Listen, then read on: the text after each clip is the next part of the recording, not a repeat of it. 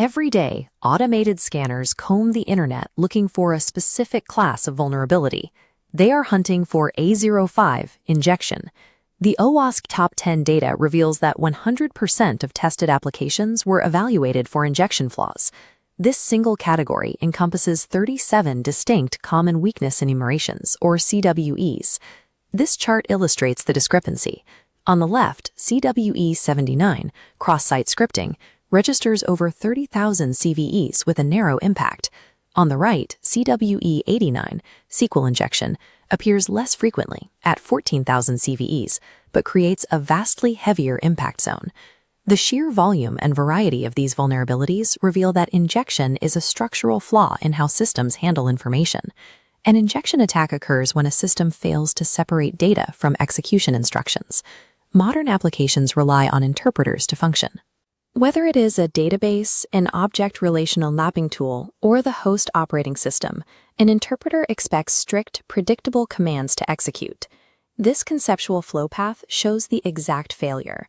The application feeds unsanitized user input directly into the instruction pathway, without filters.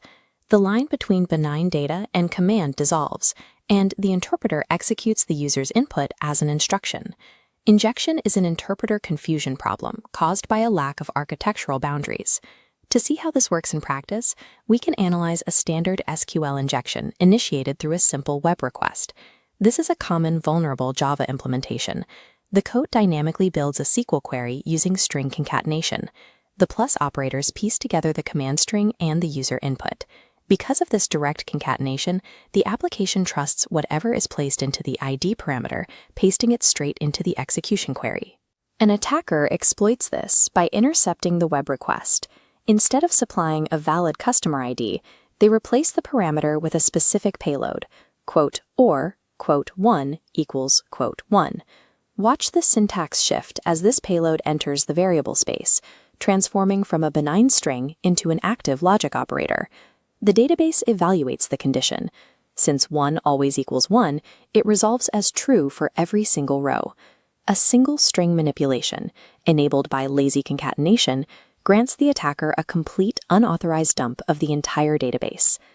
Many developers assume that utilizing modern object relational mapping tools, like Hibernate, automatically sanitizes all inputs. Relying purely on a framework is a fallacy. ORMs provide zero protection if the developer manually circumvents the internal logic of the tool. Here we see the raw SQL snippet on the left compared to a Hibernate query language or HQL implementation on the right. Both blocks feature the exact same flaw, dynamic string concatenation. To exploit the ORM, the attacker supplies a slightly modified payload, "or cust ID is not null, or cust ID equals." While the HQL syntax differs from raw SQL, the underlying mechanics remain identical. The dynamic concatenation allows the payload to bypass the framework's intended filters. Abstracted frameworks do not fix architectural flaws.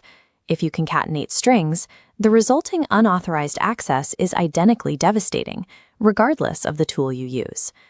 The stakes escalate significantly when we look at the devastating effects of the CWE 78 operating system command injection vulnerability.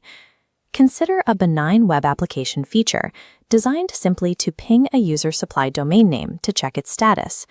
The vulnerable implementation takes the user's input and passes it directly to the system using the Java method runtime.getRuntime.exec. The attacker submits the payload example.com, a semicolon, and cat/etc/password. The server executes the benign ping, then hits the semicolon, a standard command separator.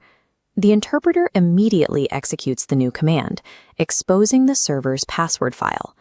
Unfiltered input allows a minor data leak to escalate to a total operating system compromise. Securing applications against these vectors requires implementing the OWASP C3 remedy, validate all input, and handle exceptions. This diagram outlines true mitigation. It requires a hard, structural physical barrier separating the data buffer on the left from the execution template on the right.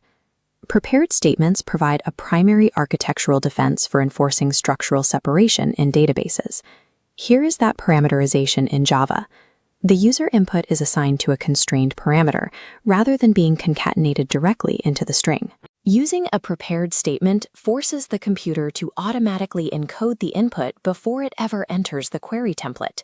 Parameterization makes it physically impossible for the data payload to escape its constraints and alter the command execution logic. Structural separation must be paired with a secondary layer of defense, comprehensive input validation. This begins with syntactic validity, verifying the exact physical format of the input. If a field requires a PIN, the system ensures the input is exactly 4 numerical digits. Next is semantic validity, verifying the logical context. For example, ensuring that a requested start date occurs before the end date. This split screen shows why allow lists beat deny lists. On the left, a deny list blocks the word script, but attackers bypass it by mixing the case. On the right, an allow list uses strict regular expressions for known good data. It drops 123A for failing the pattern. Security teams cannot anticipate every possible malicious permutation. Defining strict parameters for permitted data is the only mathematically viable validation strategy. Input validation must occur on the server side.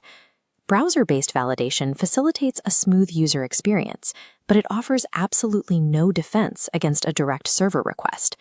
An attacker will invariably use a proxy to intercept requests, bypassing client-side browser checks.